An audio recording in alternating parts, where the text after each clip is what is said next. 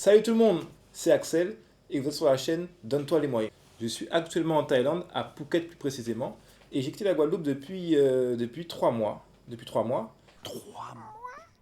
Et depuis que je suis parti, on me pose plein de questions.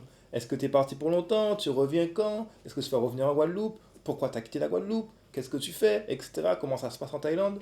Enfin voilà, plein de questions. Et du coup, je fais cette vidéo pour répondre à toutes les questions et vous expliquer les pourquoi de mon voyage. Avant tout, un peu de contexte. Pour ceux qui ne connaissent pas, la Guadeloupe, c'est ça. C'est une île paradisiaque avec des plages, des rivières, des décors de rêve.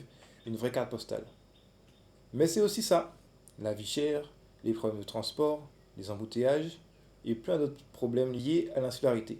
Et je vous avoue que depuis un petit moment, je me sentais un peu prisonnier en Guadeloupe. J'avais l'impression de faire la même chose, de tourner en rond, d'aller aux mêmes endroits. Parce que la Guadeloupe, c'est une petite île, donc souvent on avait les mêmes spots, les mêmes lieux de rencontre, de tournage, etc. Ben, j'avais besoin de voir autre chose, de découvrir d'autres terres, d'autres contrées, d'autres cultures. Donc c'est pour ça que je suis parti, premièrement, la première raison. Alors attention, disclaimer, je n'ai pas quitté la Guadeloupe. J'ai encore plein de projets là-bas, et dont certains qui sont en cours là en ce moment. J'ai ma famille, j'ai des proches, j'ai plein de choses à faire.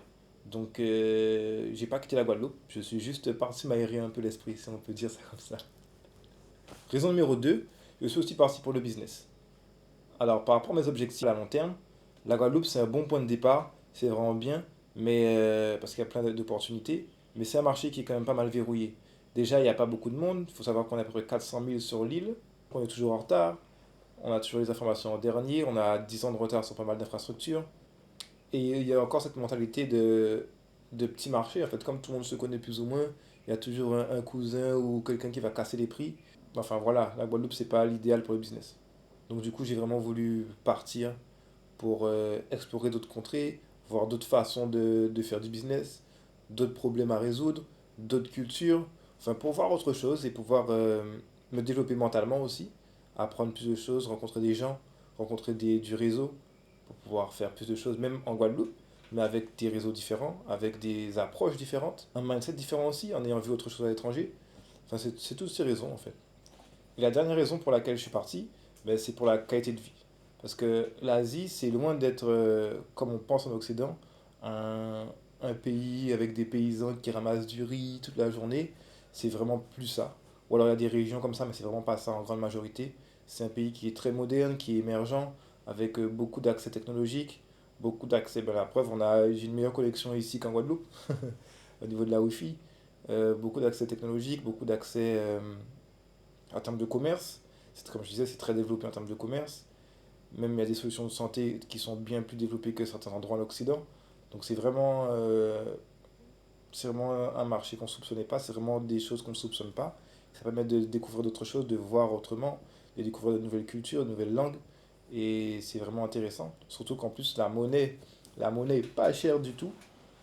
Donc on peut très bien vivre avec peu de moyens et avoir plus de ressources pour développer des business, investir sur nous-mêmes pour se former, pour faire autre chose. Parce qu'on utilise peu de moyens pour vivre au quotidien. Du coup, la Thaïlande s'est un petit peu imposée parce que c'est vraiment un carrefour. Elle est au centre de l'Asie. On a la Chine à 2 heures, l'Indonésie à 2 heures, l'Inde à 2 heures, les Émirats à 5 heures. On est vraiment, le Japon à 3 heures. On est vraiment au centre de l'Asie. Et un peu vraiment de la Thaïlande. Et en plus, c'est un carrefour de culture. Tout le monde se rencontre là-bas, tout le monde se mélange. Il y a beaucoup de business. Bangkok, c'est quand même la première ville en termes de visite au monde. Donc, il y a vraiment beaucoup de monde qui passe en Thaïlande. Et je pense que c'est un bon endroit pour faire des rencontres et pouvoir développer des opportunités. D'ailleurs, je ferai peut-être une vidéo sur la Thaïlande parce que il y a des choses à dire. C'est vraiment intéressant. Donc voilà, vous savez tout. Vous connaissez les raisons pour lesquelles j'ai quitté la Guadeloupe. J'ai quitté la Guadeloupe. Voilà, il fallait que je m'aère un petit peu, que je fasse un petit tour. Donc je reviens bientôt en Guadeloupe. Je sais pas quand, mais bientôt. Donc voilà les gars, donnez-vous les moyens d'atteindre vos objectifs, de toucher vos rêves du doigt. Et la seule chose qui change, c'est la volonté, c'est de prendre la décision, de faire un choix et d'y aller. Donc donne-toi les moyens. Tchuss!